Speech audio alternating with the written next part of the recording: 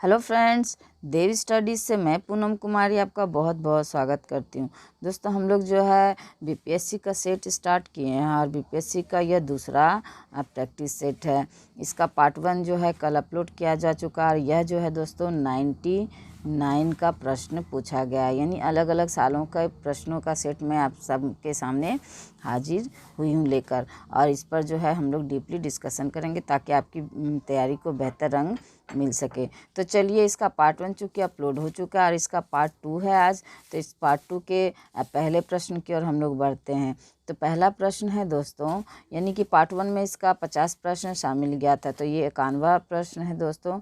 तो यानी 91वां और पहला प्रश्न है इस वीडियो का कि प्रकाश संश्लेषण के दौरान निकलने वाली गैस है।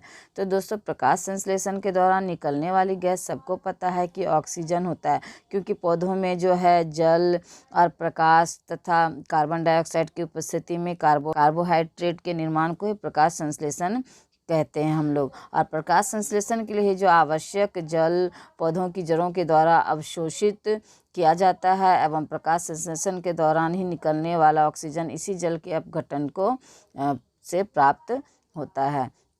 यानी कि कुल मिलाकर जो है प्रकाश संश्लेषण के दौरान जो है कार्बन डाइऑक्साइड लिया जाता है और ऑक्सीजन जो है पौधों के द्वारा छोड़ा जाता है। तो ये ए ऑप्शन इसका सही जवाब हो जाएगा।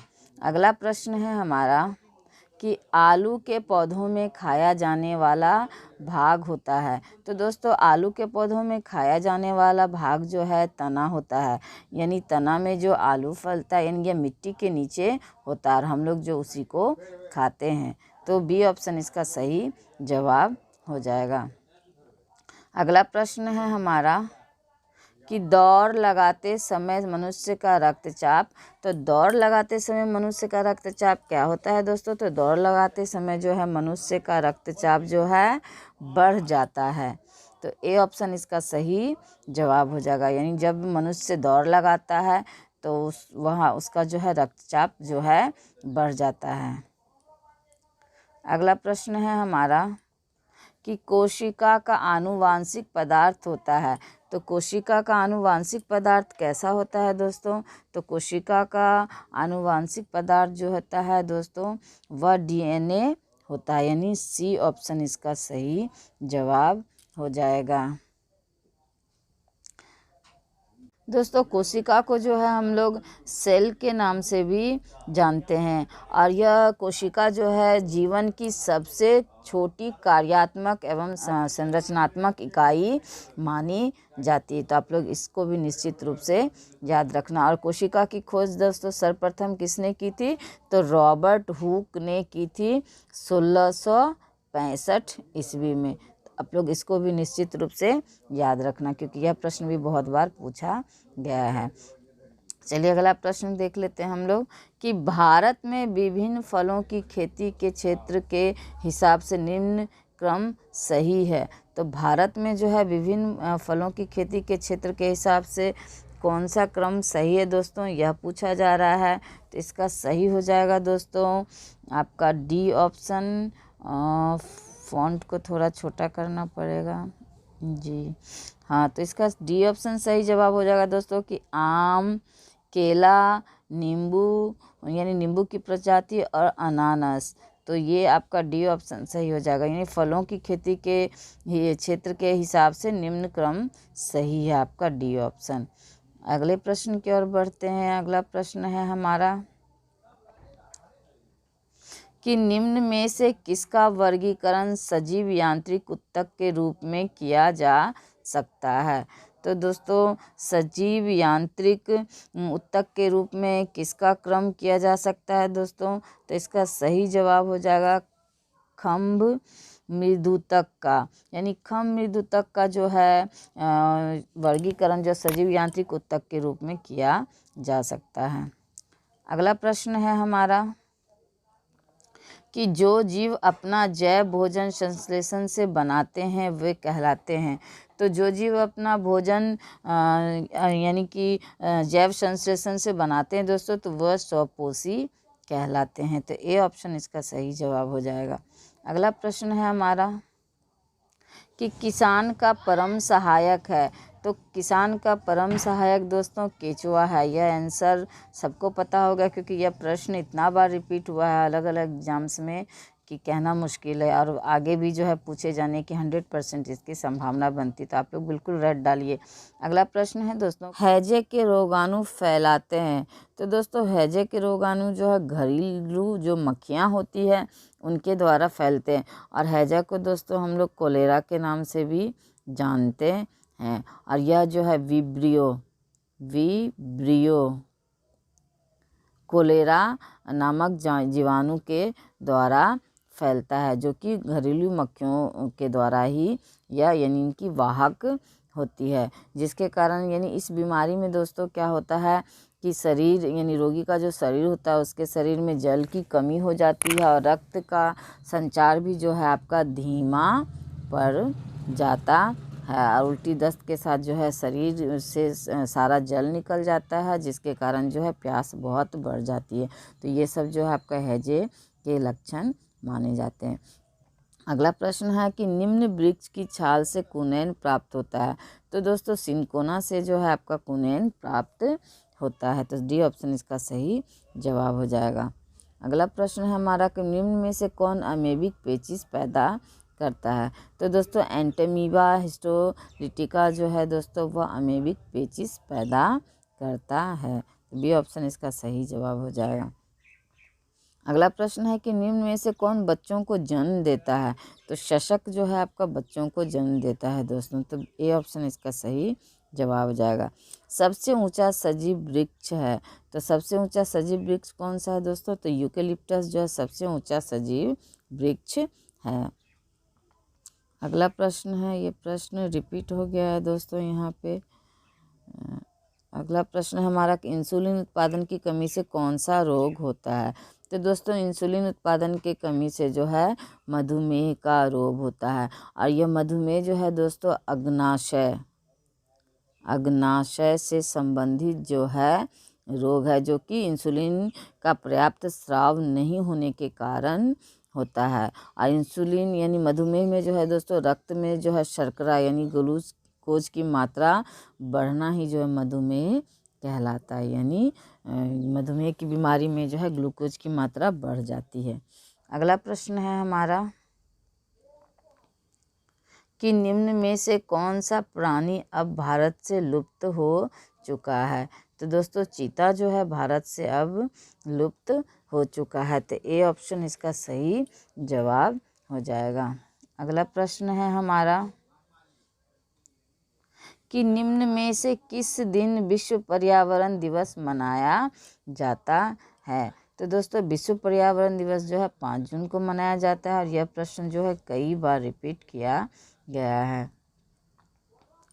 भारत में विज्ञान दिवस 28 फरवरी को मनाया जाता है, और इस दिन यानी 28 फरवरी को विज्ञान दिवस मनाया जाता है। और इस दिन जो है यह दिन क्यों मनाया जाता है दोस्तों। तो यह दिन जो मनाया जाता है रमन प्रभाव प्रकाशित हुआ था इस दिन, इस वजह से जो है 28 फरवरी को विज्ञान दिवस मनाया जाता है। चलिए अगला प्रश्न हम लोग देख लेते हैं। अगला प्रश्न है हमारा कि मनुष्य की त्वचा सूर्य के प्रकाश में कौन सा विटामिन बनाती है। तो दोस्तों मनुष्य की त्वचा जो है सूर्य के प्रकाश में विटामिन डी को बनाती है। यानी धूप से हमें क्या मिलता है, तो विटामिन डी हमें मिलता है। यानी जिसके शरीर में विटामिन डी की कमी हो जाती है तो वो धूप का पर्याप्त सेवन करे तो उसके शरीर में विटामिन डी की पर्याप्त मात्रा आ जाएगी। चलिए अगला प्रश्न हम लोग देखते हैं कि एक अणु में 9 इलेक्ट्रॉन 9 प्रोटॉन और 10 न्यूट्रॉन है, तो उसकी द्रव्यमान संख्या है। तो द्रव्यमान संख्या ज्ञात करनी है दोस्तों हमें। तो दोस्तों द्रव्यमान की संख्या बराबर होता है आपका प्रोटॉनों की संख्या प्लस न्यूट्रॉनों की संख्या। तो यहाँ प्रोटॉन की संख्या 9 है दोस्तों, और न्यूट्रॉनों की संख्या आपका 10 है, यानी 9 + 10। तो आपका क्या हो गया दोस्तों 19। तो आपका आंसर निकल के आ जाएगा सी, यानी 19 हो जाएगा इसका सही जवाब। अगला प्रश्न है हमारा कि एक अणु के न्यूक्लियस में हो सकते हैं। तो एक अणु के न्यूक्लियस में कितने क्या हो सकते हैं दोस्तों, यानी क्या हो, ये प्रोटॉन हो सकते हैं, न्यूट्रॉन हो सकते हैं, कि आपके इलेक्ट्रॉन हो सकते हैं। तो दोस्तों एक अणु की संख्या में जो है आपका यानी प्रोटॉन हो सकता है और न्यूट्रॉन भी हो सकता है। तो यानी कि एक अणु में आपका प्रोटॉन भी हो सकता है, न्यूट्रॉन भी हो सकता है, इलेक्ट्रॉन नहीं हो सकता है। तो इसके वजह से आंसर क्या हो जाएगा दोस्तों, बी, यानी 1 व 2 केवल जो है एक अणु के न्यूक्लियस में हो सकता है। चलिए अगला प्रश्न हम लोग देख लेते हैं कि जब एक लाल फूल को हरे कांच से देखा जाए तो वह प्रतीत होता है। तो लाल फूल को हरे कांच से देखा जाता है तो वह काला प्रतीत होता है। क्योंकि दोस्तों जब लाल गुलाब को हरा कांच के माध्यम से देखा जाता है तो काला जो है वह काला दिखलाई पड़ता है, क्योंकि उसे परावर्तित करने के लिए जो है लाल रंग नहीं मिलता है, और इसी कारण जो हरे रंग को वह अवशोषित कर लेता है और वह काला दिखाई पड़ता है। तो डी ऑप्शन इसका सही जवाब हो जाएगा। अगला प्रश्न है हमारा कि काला वीवर नाम इसलिए दिया गया। तो काला वीवर किस लिए नाम दिया गया है दोस्तों, यह बताना है हम लोगों को। तो काला वीवर जो है क्योंकि इसका गुरुत्व इतना अधिक होता है कि यह प्रकाश तक को अंतरिक्ष में प्रसारित होने से रोकता है। तो इसका सी ऑप्शन सही जवाब हो जाएगा दोस्तों कि काला वीवर इसलिए नाम दिया गया है क्योंकि इसका गुरुत्व इतना अधिक होता है कि यह प्रकाश तक को अंतरिक्ष में प्रसारित होने से रोक देता है। अगला प्रश्न है हमारा कि एक अणु पर उच्च ऊर्जा विकिरण पड़ने से एक या अधिक इलेक्ट्रॉनों का अपनयन को कहते हैं। तो एक अणु पर उच्च ऊर्जा विकिरण पड़ने से एक या अधिक इलेक्ट्रॉन के अपनयन को क्या कहा जाता है दोस्तों, तो आयनीकरण कहा जाता है इसको। अगले प्रश्न की ओर बढ़ते हैं। अगला प्रश्न है हमारा कि यदि वायुमंडल ना होता तो धरती की सतह पर औसत तापमान क्या होता है दोस्तों, अगर वायुमंडल नहीं होता तो धरती की सतह पर औसत तापमान, तो औसत तापमान जो है आपका अधिक हो जाता है, यानी बी ऑप्शन इसका सही जवाब हो जाएगा। अगला प्रश्न है हमारा निम्न प्रकार की विकिरण से अधिकतम तरंग दैर्घ्य का चयन करें, यानी कि किसमें सबसे ज़्यादा अधिक तरंग दैर्घ्य होगा यह पूछा जा रहा है दोस्तों। तो हम लोग अच्छी तरह से जानते हैं कि लाल रंग के प्रकाश में जो है तरंग दैर्घ्य, यानी लाल रंग के प्रकाश का तरंग दैर्घ्य जो है सबसे अधिक होता है। तो इसका ए ऑप्शन सही जवाब हो जाएगा। अगला प्रश्न है हमारा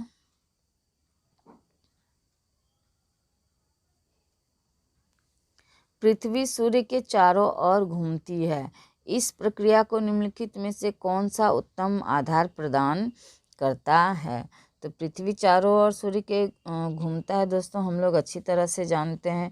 तो इस प्रक्रिया को कौन सा उत्तम आधार प्रदान करता है, तो हम लोग इसका सही जवाब हो जाएगा दोस्तों विभिन्न ऋतुओं का होना, यानी पृथ्वी जो है सूर्य के चारों तरफ जो घूमती है, इसी वजह से जो हम लोग जो ऋतु परिवर्तन देखते हैं या अलग अलग क्षेत्रों में जो अलग अलग ऋतुएं होती है, कहीं जाड़ा अधिक होता है, कहीं गर्मी अधिक होता है, तो यह जो है पृथ्वी का सूर्य के चारों ओर परिक्रमा के यानी जो परिक्रमा करती है पृथ्वी चारों ओर सूर्य के, उसके ही परिणाम स्वरूप होता है। चलिए अगला प्रश्न देख लेते हैं हम लोग।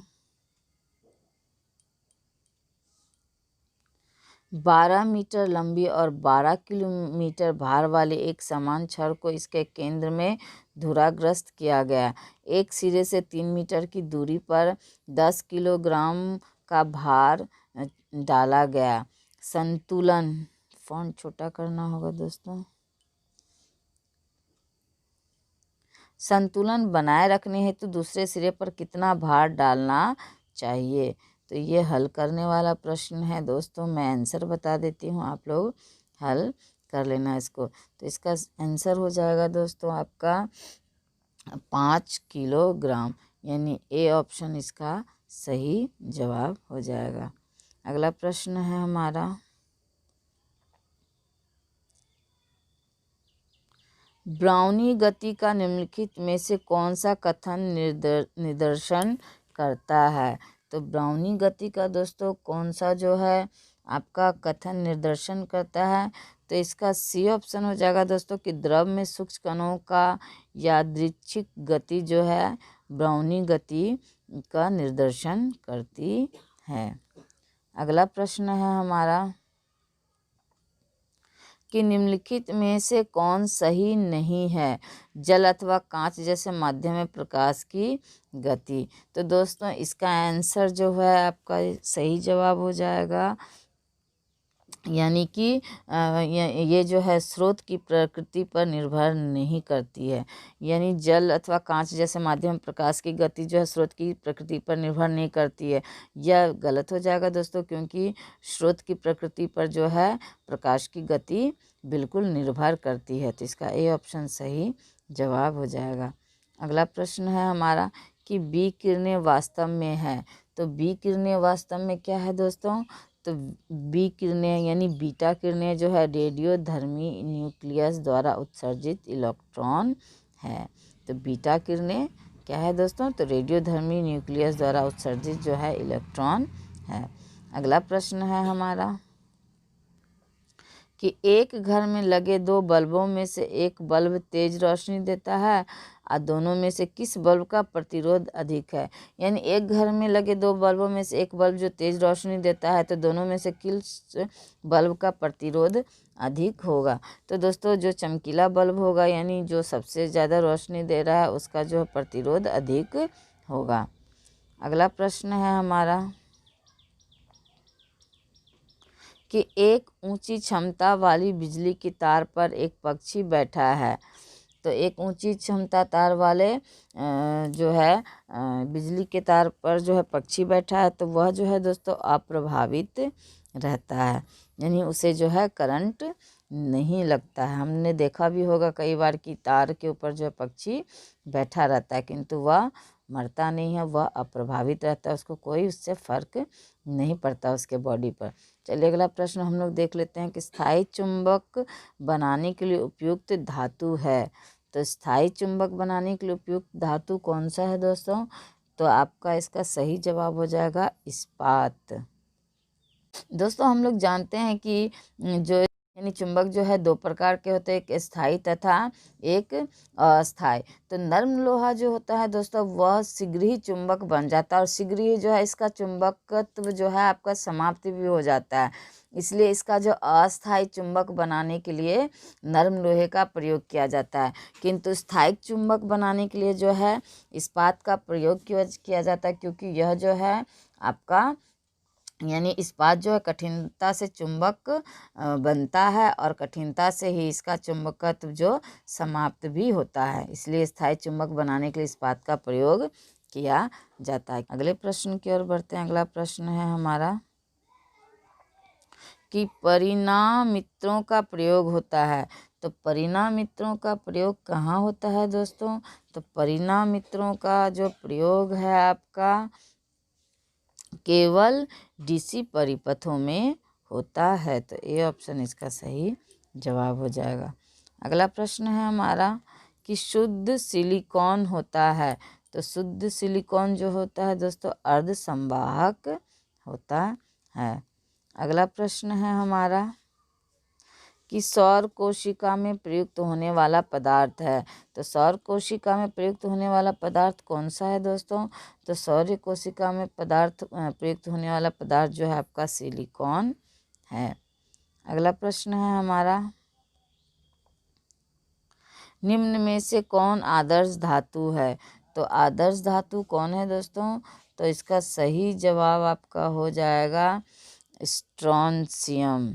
डी ऑप्शन इसका सही जवाब हो जाएगा।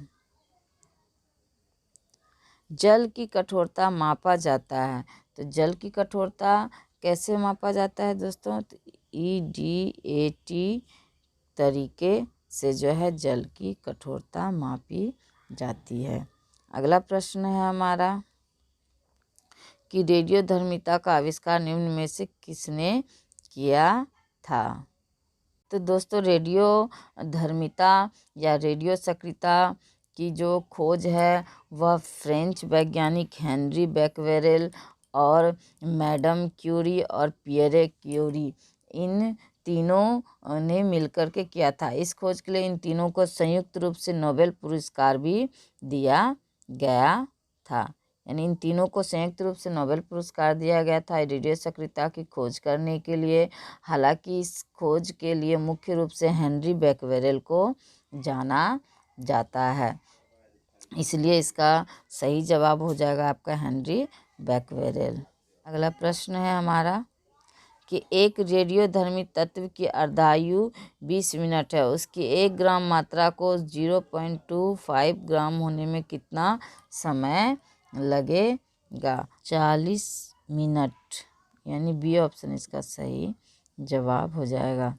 अगला प्रश्न है कि फिटकरी गंदले पानी को शुद्ध करती है। तो फिटकरी जो गंदले पानी को शुद्ध करती है स्कंदन द्वारा। अगला प्रश्न है हमारा कि प्रतिरक्षी होते हैं। तो प्रतिरक्षी क्या होते हैं दोस्तों? तो प्रोटीन जो है आपके प्रतिरक्षी होते हैं। नवलजीन एक साधारण क्या है? एक साधारण नवलजीन क्या है दोस्तों? तो यह जो है पीड़ाहारी है। अगला प्रश्न है कि नायलॉन है। तो नायलॉन क्या है दोस्तों? तो नायलॉन जो है आपका पोलिएमाइड है। बी ऑप्शन इसका सही जवाब हो जाएगा। साइंस का प्रश्न है दोस्तों, कोशिकाओं में ऊर्जा संचित रहती है। तो कोशिकाओं में ऊर्जा किस में संचित रहती है दोस्तों? तो एटीपी के रूप में कोशिकाओं में ऊर्जा संचित रहती है। निम्न में से सबसे अधिक लचकदार पदार्थ है। तो सबसे अधिक लचकदार पदार्थ कौन सा है दोस्तों? तो इस्पात जो है सबसे लचकदार पदार्थ है, इसलिए जो है इसे चुंबकत्व में जो है स्थायी चुंबकत्व में परिवर्तित नहीं किया जाता है। अगला प्रश्न है निम्नलिखित में से कौन केवल एक तत्व से निर्मित है? तो हीरा जो है यह एक तत्व से निर्मित है, क्योंकि हम लोग जानते हैं कि कार्बन का अपरूप है हीरा। तो सी ऑप्शन इसका सही जवाब हो जाएगा। अगला प्रश्न है कि निम्नलिखित में से कौन सी गैस वायु का प्रमुख घटक है? तो वायु का प्रमुख घटक कौन सा है दोस्तों? तो इसका सही जवाब हो जाएगा आपका नाइट्रोजन, क्योंकि हम लोग जानते हैं कि वायु में जो है नाइट्रोजन की मात्रा सबसे अधिक है हमारे वायुमंडल में। तो ए ऑप्शन इसका सही जवाब हो जाएगा।